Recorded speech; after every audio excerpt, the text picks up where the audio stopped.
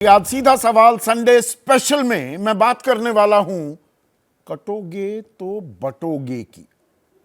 अब जो ये तीन शब्द हैं अगस्त से ये लगातार इस्तेमाल हो रहे हैं, तीसरा महीना अब शुरू होने वाला है इन तीन शब्दों के इस्तेमाल को लेकर। अब जो इसका ओरिजिनल कॉन्टेक्स्ट था उसका दायरा भी बढ़ता जा रहा है, इसके अब कई आयाम हो गए हैं। 26 अगस्त को जब योगी आदित्यनाथ ने यह बयान दिया था, या वो बयान दिया जिसमें इन तीन शब्दों का खास इस्तेमाल किया था, तब उन्हें अपनी राजनीति भी बचानी थी। पर धीरे धीरे जो मैं कह रहा हूं ये दायरा बढ़ता जा रहा है। 2024 के जो लोकसभा चुनाव हुए उसमें एक चीज जो बड़ी उभर कर सामने आई, जो 240 पर बीजेपी सिमट गई, 370 की ताल ठोक रही थी, एनडीए 400 पार का दम भर रहा था, लेकिन बहुमत का आंकड़ा पाने के लिए बीजेपी को घटकों की बैसाखी की जरूरत पड़ गई। उसके पीछे एक बड़ी वजह यह थी कि हिंदू वोट बैंक बीजेपी ने यह पाया वो बंटता दिखाई दिया। जाति हावी हो गई धर्म पर, और इसमें वो संविधान की लाल किताब कि 400 पार तो संविधान बदल देंगे, आरक्षण खत्म कर देंगे, इसकी भी एक गूंज थी। तो योगी आदित्यनाथ ने कहा कि भाई अगर बटोगे तो कटोगे, यानी कि आपके हितों का ह्रास होगा, नुकसान हो जाएगा। उन्हें अपने हितों की भी चिंता थी उस वक्त। इसमें 80-20 का भी एक नैरेटिव था कि हिंदू लामबंद रहेंगे तो ये छद्म धर्मनिरपेक्षवाद या वोट बैंक पॉलिटिक्स। बीजेपी कभी ये नहीं मानती कि वो वोट बैंक पॉलिटिक्स करती है। विपक्ष पर हमेशा आरोप लगता है कि वो वोट बैंक पॉलिटिक्स करते आ रहे हैं और उन्होंने कुछ अपने वोट बैंक मुकम्मल तरीके से साध लिए हैं। तो ये 80-20 का नैरेटिव भी होता दिखा। प्रधानमंत्री नरेंद्र मोदी ने भी ये बात कही, और सरसंघ चालक मोहन भागवत ने विजयदशमी के मौके पर इसे फिर दोहराया, और यहां पर बांग्लादेश की भी बात कर दी कि देखिए बांग्लादेश में हिंदुओं के साथ जो हुआ, वो जहां जहां इकट्ठा हुए, एकजुट हुए, वहां नुकसान कम हुआ।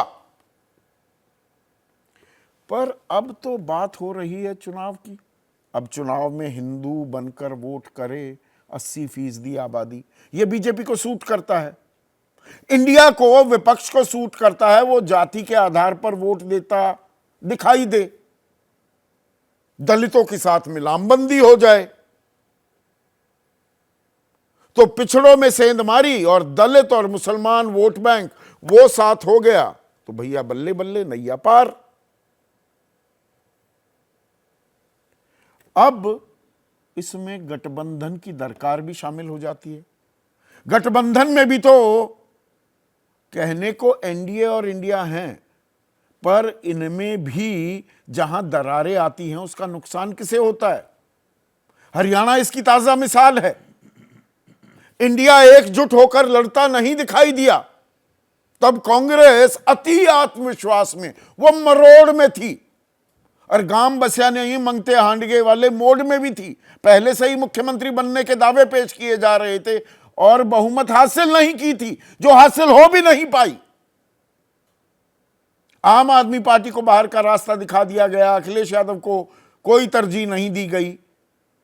बाद में समझ में आया कि साथ होते तो ऐसा नहीं होता, क्योंकि वोट बैंक तो दोनों बराबर से ही आते दिखे। 0.7% बीजेपी का वोट बैंक ज्यादा था। तो अब महाराष्ट्र और झारखंड की बात करें तो बीजेपी गठबंधन के मामले में ज्यादा मजबूत दिखाई दे रही है। मैं सीटों के बंटवारे तक की बात कर रहा हूं, उससे आगे अभी नहीं जा रहा हूं। राजनीति में ऊंट किस तरह से करवट बदलता है ये हमने देखा है, तो I am not jumping to any conclusions. पर एनडीए मजबूत दिख रहा है, क्योंकि जो घटकों की हैसियत ही नहीं कि बीजेपी के खिलाफ कोई सर उठाकर बात करे, जो बीजेपी कहे वो सही, ये एनडीए में होता दिख रहा है। तो झारखंड में बीजेपी ने 66 उम्मीदवारों को तो ऐलान भी कर दिया है। 68 सीटों पर 81 में से बीजेपी चुनाव लड़ेगी। 2 जेडीयू को दी गई है, 1 एलजेपी रामविलास पासवान गुट को और 10 आजसू को। आजसू थोड़ी परेशान भी थी पर चुप रही। तो गठबंधन वहां पर शक्ल अख्तियार करता दिख रहा है एनडीए का। जबकि इंडिया की बात करें तो हेमंत सोरेन से मुलाकात हुई राहुल गांधी की, और कांग्रेस और जेएमएम ने कहा कि वो 81 में से 70 सीटें लड़ेंगे। 11 सीटें छोड़ दी आरजेडी और वाम खेमे के लिए। पिछली दफा भी जेएमएम 43 सीटों पर लड़ी थी, कांग्रेस 31 पर और आरजेडी को 7 सीटें दी गई थी। अब मनोज झा वरिष्ठ नेता हैं, राज्यसभा सांसद हैं आरजेडी के, वो कह रहे हैं भाई हमें तो 12 से 15 सीट चाहिए, ये तो नहीं चलेगा। इशारों में यहां तक कह दिया 60-62 सीट गठबंधन लड़ेगा, कुछ सीटों पर हम अलग से लड़ सकते हैं। तो अभी भी इंडिया की मरोड़ खत्म नहीं हुई है क्या? अब इसे कहते हैं इंडिया वाले कि भाई हमारे अंदर आंतरिक लोकतंत्र है, हर कोई अपनी बात रख सकता है, जब तक बंटवारा फाइनल नहीं होता हर कोई अपनी पोस्चरिंग करेगा। पर यह एकजुटता की तस्वीर को थोड़ा सा धुंधला कर देता है क्या? और एडवांटेज क्या एनडीए को मिल जाती है? या हरियाणा हर बार नहीं होगा और लालू प्रसाद यादव कह रहे हैं कि भाई गठबंधन हो जाएगा? और महाराष्ट्र की बात करें जो ज्यादा बड़ा राज्य है देश का सीटों के लिहाज से, चाहे लोकसभा हो चाहे विधानसभा सीटें, दूसरे नंबर का राज्य है, फाइनेंशियल कैपिटल देश की वो मुंबई है, और राजनीति में पैसे के घालमेल से आप भली भांति वाकिफ हैं। तो महाराष्ट्र की गद्दी बहुत ही महत्वपूर्ण, बहुत ही अहम हो जाती है। और यहां पर तो पहली बार ऐसा हो रहा है, शिवसेना 2 फाड़, एनसीपी 2 फाड़, उसके बाद ये विधानसभा चुनाव हो रहे हैं और शिवसेना, उद्धव ठाकरे गुट और कांग्रेस एक गठबंधन में पहली बार दिख रहे हैं। मैं विधानसभा की बात कर रहा हूं, लोकसभा में दिखे हैं। तो वहां तस्वीर किस तरह की सामने आ रही है? 288 में से 25 सीटों पर अभी पेंच अटका हुआ है महाविकास अघाड़ी का, और उसमें भी दिक्कत कहां आ रही है? विदर्भ, जो दरअसल पारंपरिक तौर पर कांग्रेस का गढ़ रहा है, वहां पर शिवसेना कह रही है भाई 12 सीटें हमें दीजिए, कांग्रेस कह रही है 8 देंगे। उधर कांग्रेस ज्यादा सीटें मांग रही है मुंबई में, शिवसेना कह रही है हम तो नहीं देंगे। लड़ाई 25 सीटों की रह गई है। 260-62 सीटें लगभग तय होती दिख रही हैं। कांग्रेस को 100, शिवसेना को 90, एनसीपी शरद पवार गुट को 80 सीटें।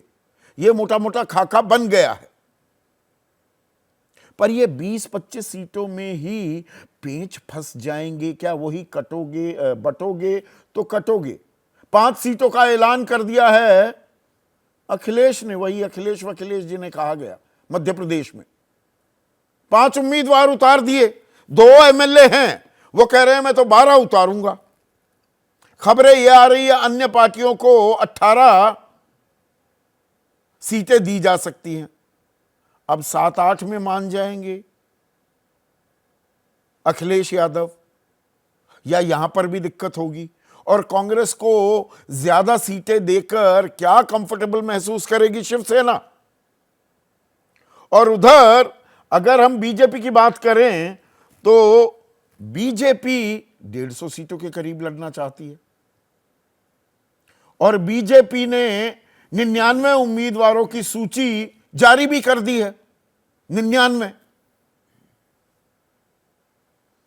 बीजेपी का स्ट्राइक रेट दरअसल लोकसभा चुनाव में सिर्फ 32% था।